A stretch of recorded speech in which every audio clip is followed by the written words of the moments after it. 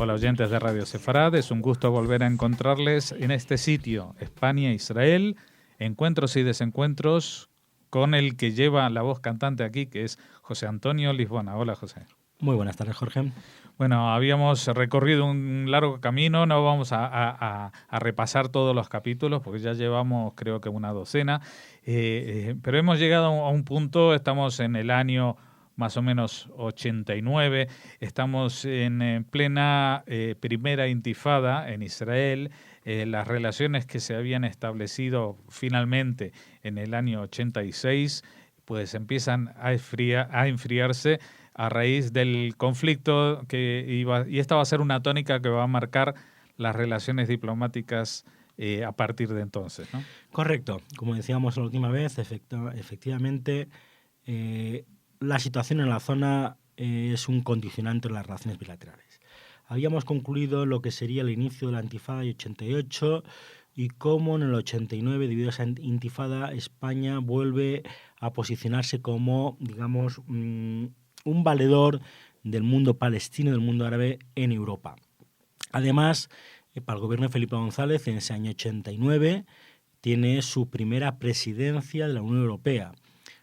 Cabe recordar que para entonces, cada 6 meses, cada país de la Unión Europea presidía la Unión Europea y había lo que se llamaría un Consejo de Estado, un Consejo de Gobierno de todos los presidentes de la Unión Europea que se reunió en Madrid y que para entonces se determinaba la política europea en distintos frentes. El gobierno de Felipe González, en ese panorama de intifada, quiso dar un avance, siempre pretendió un avance a lo que se había llamado en el año 74 la Declaración de Venecia, que fue lo que marca un poco la posición de Europa frente a Israel y el mundo árabe y el mundo palestino. Y en la Declaración de Madrid del año 89, efectivamente, para Israel ve claramente que España ha establecido relaciones, pero van a ser unas relaciones tensas, difíciles, porque en esas relaciones va a primar la situación que pueda haber, va a primar de forma negativa lo que suceda en Gaza o Cisjordania. Solo recordar que en ese año 79, en esa declaración del 89, que España establece en la Declaración de Madrid y que es asumida por todos los países de la Unión Europea, casi todos los puntos son neutrales o como mucho negativos frente a Israel. Recordemos algunos.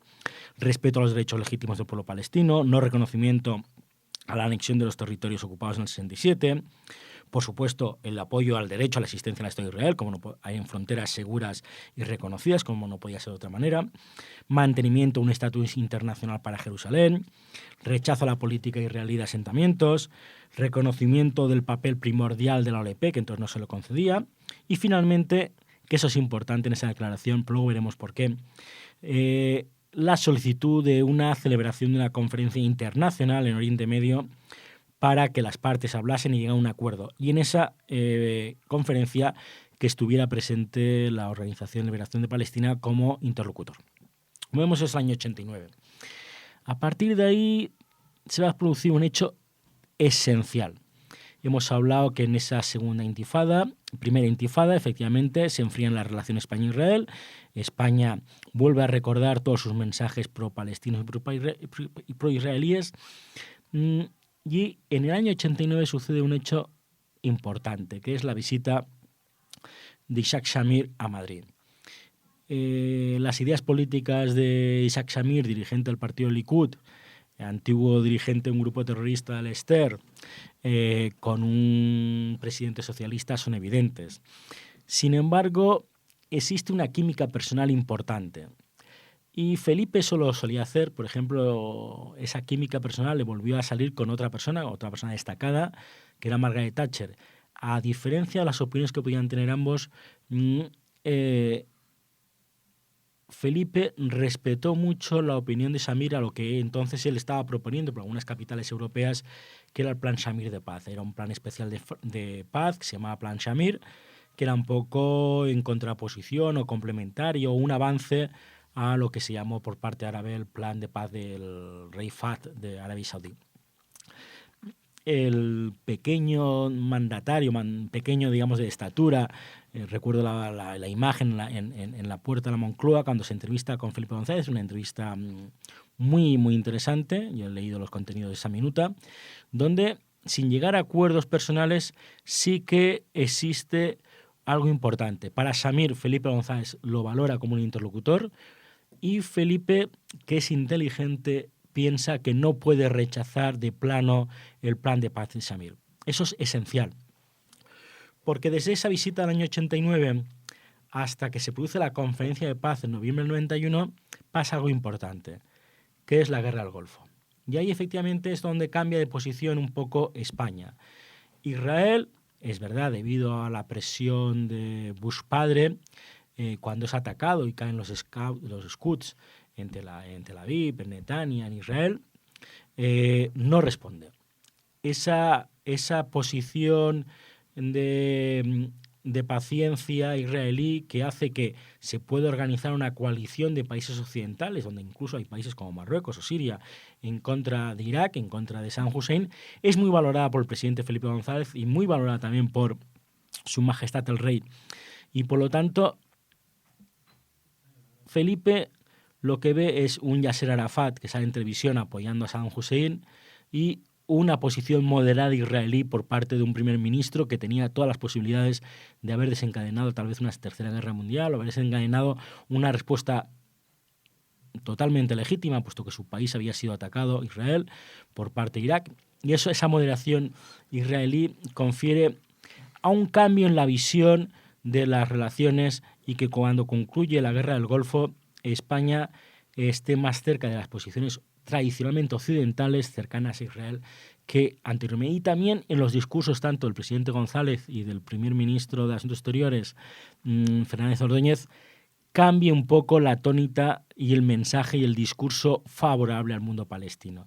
Por supuesto, se pretende, no cambia en el sentido que el pueblo palestino necesita y requiere un Estado, que también se condena la anexión de territorios, también se condena los asentamientos, pero existe una crítica hacia la situación y hacia los dirigentes palestinos.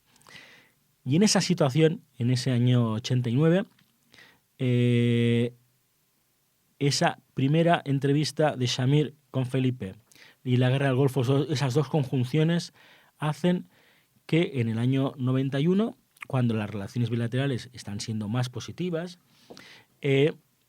cuando el presidente Bush le pregunta a Samir dónde puede hacerse una conferencia de paz, ese último punto que España había propuesto al resto de naciones de la Unión Europea, pues se pongan encima de la mesa 3 capitales: Roma, Lisboa y Madrid. De las 3 tenían acuerdos por parte árabe, por parte israelí, pero Lisboa se rechaza porque no tiene el nivel de infraestructuras necesario para dar cobijo a multitud de delegaciones políticas, diplomáticas, periodistas, agentes de seguridad. Roma se rechaza por lo conflictosa que es esa ciudad y la poca seguridad que puede tal vez dar. Y cuando se pone encima de la mesa Madrid, cosa que nunca hubiera sido rechazada por los países árabes, ni por Hafez el-Assad sirio, ni por Mubarak, ni por el Saifi o Arafat, ni por la parte libanesa también, que también estuvo presente. Cuando llega a Samir la propuesta de George Bush, padre, pues Samir dice que sí.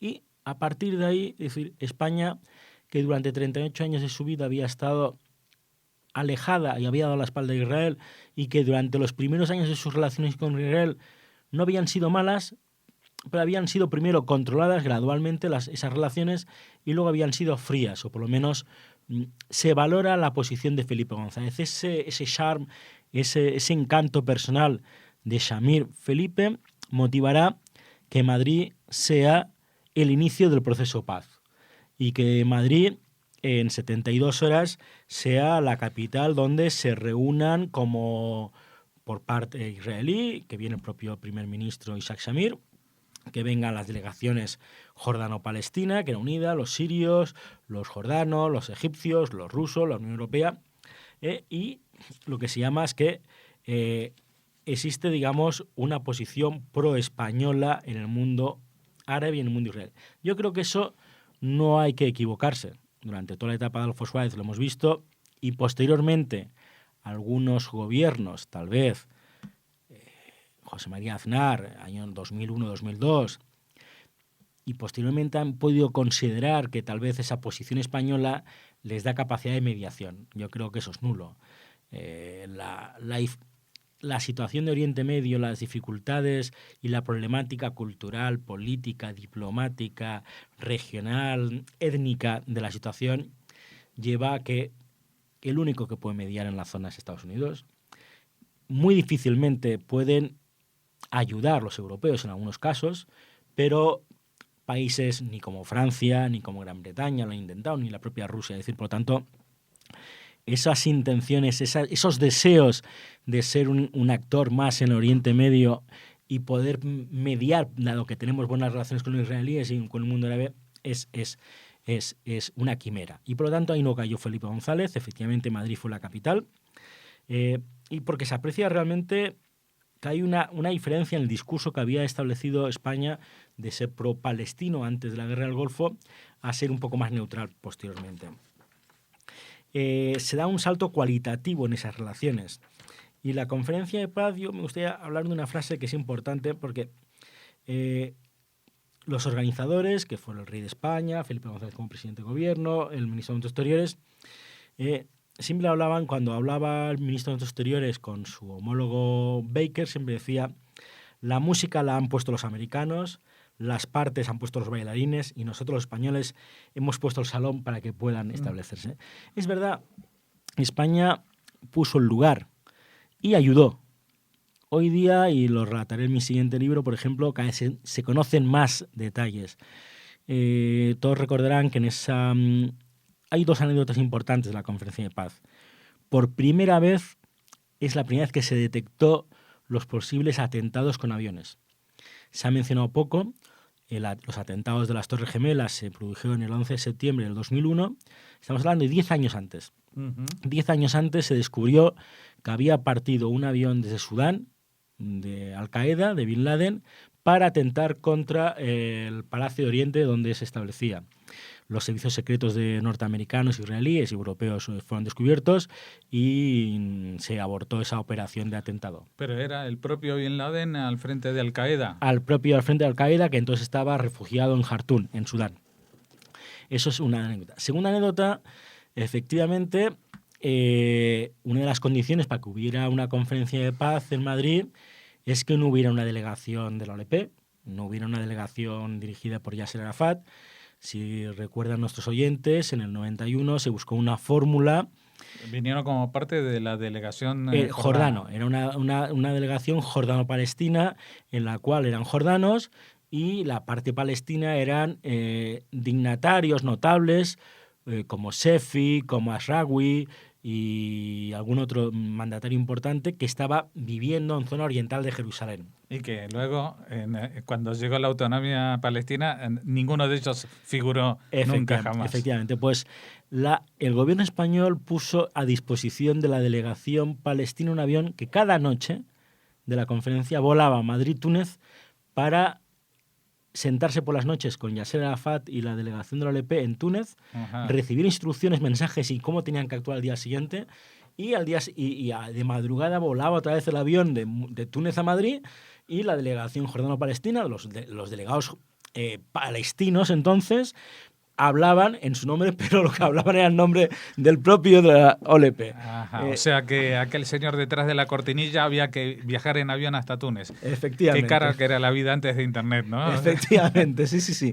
Y hombre, pues está clarísimo que los americanos lo sabían, los rusos lo sabían, y no me cabe la menor duda que los israelíes lo supieron y lo sabían entonces, no posteriormente, y se hizo una vista gorda en esos casos.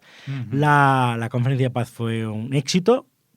Primero fue porque la primera etapa, que fue unos primeros días de conferencia internacional, y luego ya hubo las reuniones bilaterales. A partir de ahí, año 91, concluyen con los acuerdos de Oslo que se llevan en Noruega, ya directamente entre lo que entonces era la organización, la OLP, Organización de Liberación de Palestina, y lo que era ya el gobierno de Simón Peres con su... Y de Yitzhak Rabin, que fue... Isaac Rabin, sí. Que es el que firmó el tratado el finalmente. Que firma el acuerdo final es Isaac Rabin, efectivamente, y los hombres que están negociando, como Uri Sabir o Yossi Beilin, son gente de Simón Peres y también gente de Rabin. A partir del año 91 sucede otro tema importante. Hemos dicho que para mí, más que la importancia de celebrarse la conferencia de Madrid, que es un símbolo importante, para mí fue más importante la química personal de respeto mutuo y valoración, de concederse mutua valoración de interlocutores entre el presidente de Israel, Shamir, y el presidente de España, Felipe González. ¿Eso qué supone? Que a partir de la conferencia de Madrid en 91, las relaciones comienzan a ser muy positivas. Si antes habían sido graduadas y habían sido controladas, a partir de la conferencia de paz van a ser, digamos, de velocidad de crucero. Uh-huh. Y va a haber dos hechos importantes. En el mundo de la diplomacia, de la política exterior, las visitas son importantes. Y es verdad que habíamos tenido 38 años de no relaciones y llevábamos desde el año 86, ya llevamos 6 años. Había habido muchas visitas de ministros, había habido visitas de presidentes autonómicos, pero no había habido visitas de primeros ministros. Había venido Shamir en el 89, pero Felipe González no había ido a Israel.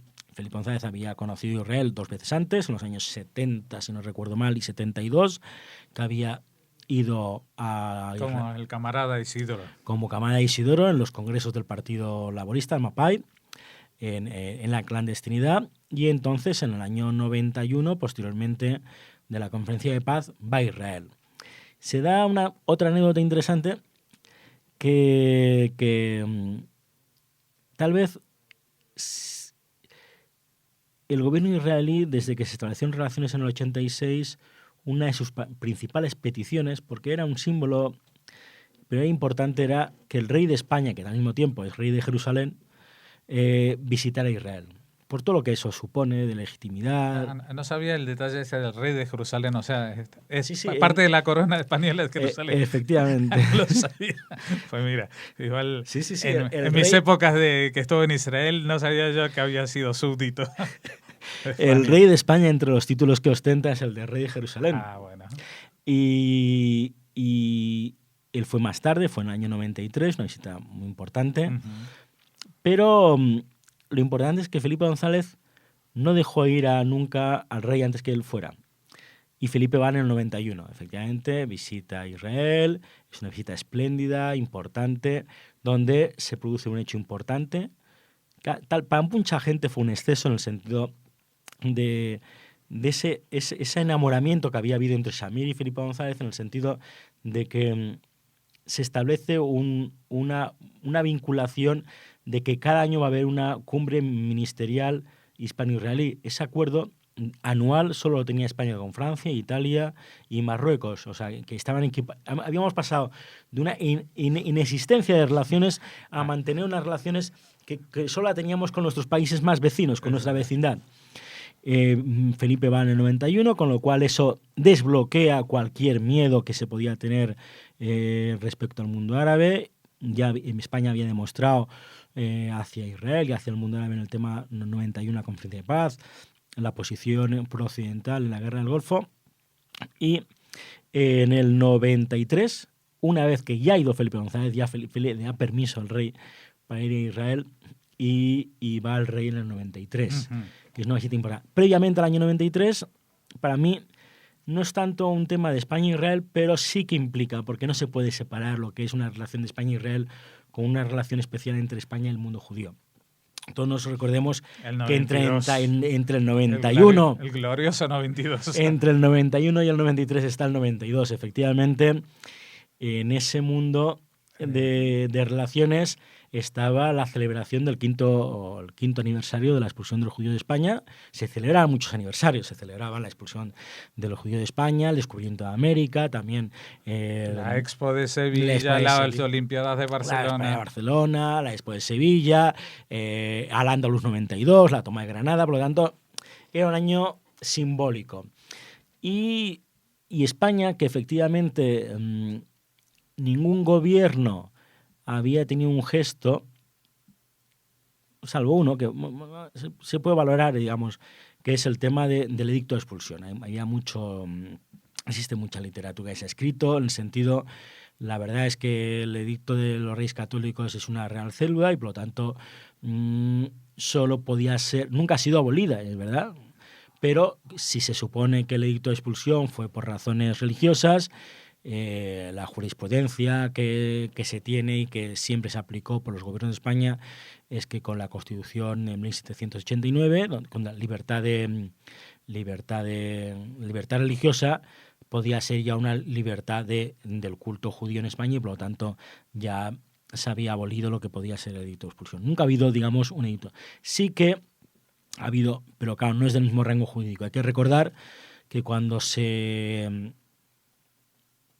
inaugura la sinagoga de Madrid en 1968, en la calle Balmes, en una operación perfecta desarrollada por el entonces presidente de la comunidad, Max Massin, y por el vicepresidente Samuel Toledano, obligan al gobierno español a redactar una carta ante la amenaza de que en 48 horas o 24 horas no iban a inaugurar, con todos los invitados internacionales, americanos que estaban aquí, y además al gobierno español le interesaba dar una imagen de aperturismo, estamos en el año 68, y en un documento que firma el Ministerio de Justicia sí que se habla un poco del edicto de expulsión, pero claro, no tiene el mismo rango jurídico que la célula, pero digamos también ahí se podía considerar que es otro motivo. Bueno, pero en el año 92, si tú citaste la sinagoga de Balmes, el día que se celebraba, el 31 de marzo, ¿no? El 31 de marzo de 1992. Que es el 500 años del edicto de expulsión, pues el rey de España está en la sinagoga de los judíos de Madrid. Exacto. Está en la sinagoga de los judíos de Madrid. Es un acto entre España y sus judíos, los judíos españoles, pero es un acto muy simbólico. Por lo tanto, también está el presidente del Estado de Israel, Herzog. Y es sintomático porque se ha hablado mucho de las luces y no de las sombras del acto. Es decir, Israel quería que el día 31 de marzo del 92 el rey de España estuviera en Jerusalén. Para el gobierno español, primero el que lo votó fue Felipe González y su gabinete, sus asesores, decían que no tenía ningún sentido que el rey de España estuviera en un día tan emotivo en Israel, cuando en todo caso era un hecho que se había producido en España y era un tema entre España y sus judíos. No era un hecho político con Israel, con el moderno Estado. Con el moderno Estado. Uh-huh. Había una diferencia de discursos que se plantearon en toda la negociación de cómo se iba a hacer el acto, que fue muy laborioso durante 2 meses anteriores. Había 2 discursos muy distintos. Mientras que para los judíos, para Israel, era una fecha para el reencuentro. Para los españoles mientras para los españoles era un reencuentro, simplemente era un reencuentro entre España y sus judíos, o el rey de España y sus judíos, era un reencuentro, bajaba el nivel. Para los judíos y para el gobierno israelí se quería que fuera un lugar de reconciliación. Sí. Para los judíos reconciliación, para los españoles reencuentro. Eso supuso que se invitase a estar presente al presidente del Estado de Israel, pero el protagonismo lo llevaron los judíos españoles. También hubo ciertas disputas que siempre suceden entre Israel y el mundo de la diáspora, porque efectivamente los propios mandatarios judíos de entonces, que alguno es también hoy día mandatario en la actualidad, hubo grandes discusiones con el Estado de Israel y con la delegación israelí para el papel protagonista que quería tener Israel. Y entre los judíos españoles dijeron que el protagonismo era de los judíos españoles y que el presidente de Israel era el invitado de los judíos españoles y el invitado del rey de España. Pero sí que el día 31 de marzo, independientemente que hubiera discursos distintos de reencuentro para los españoles, reconciliación para los judíos y para los israelíes, el rey de España está en la sinagoga y hace esas famosas frases diciendo que en ese momento el pueblo judío es como cualquier otro colectivo más que vive en España. Y que no vuelven a casa, sino que están en casa. Exactamente. Bueno, si me permites, estamos en un momento álgido, pero vamos a cortar aquí. Vamos a seguir hablando del 92, para adelante, porque ese era así como empezábamos el capítulo en un momento de horas bajas después de al final de la primera intifada o durante la primera intifada, llegamos a este punto álgido de las celebraciones del 92. Vamos a quedarnos aquí. Muchas gracias, José Antonio. Les recordamos a los oyentes que dentro de 2 semanas volvemos a encontrarnos aquí en España, Israel, Encuentros y Desencuentros. Muchas gracias.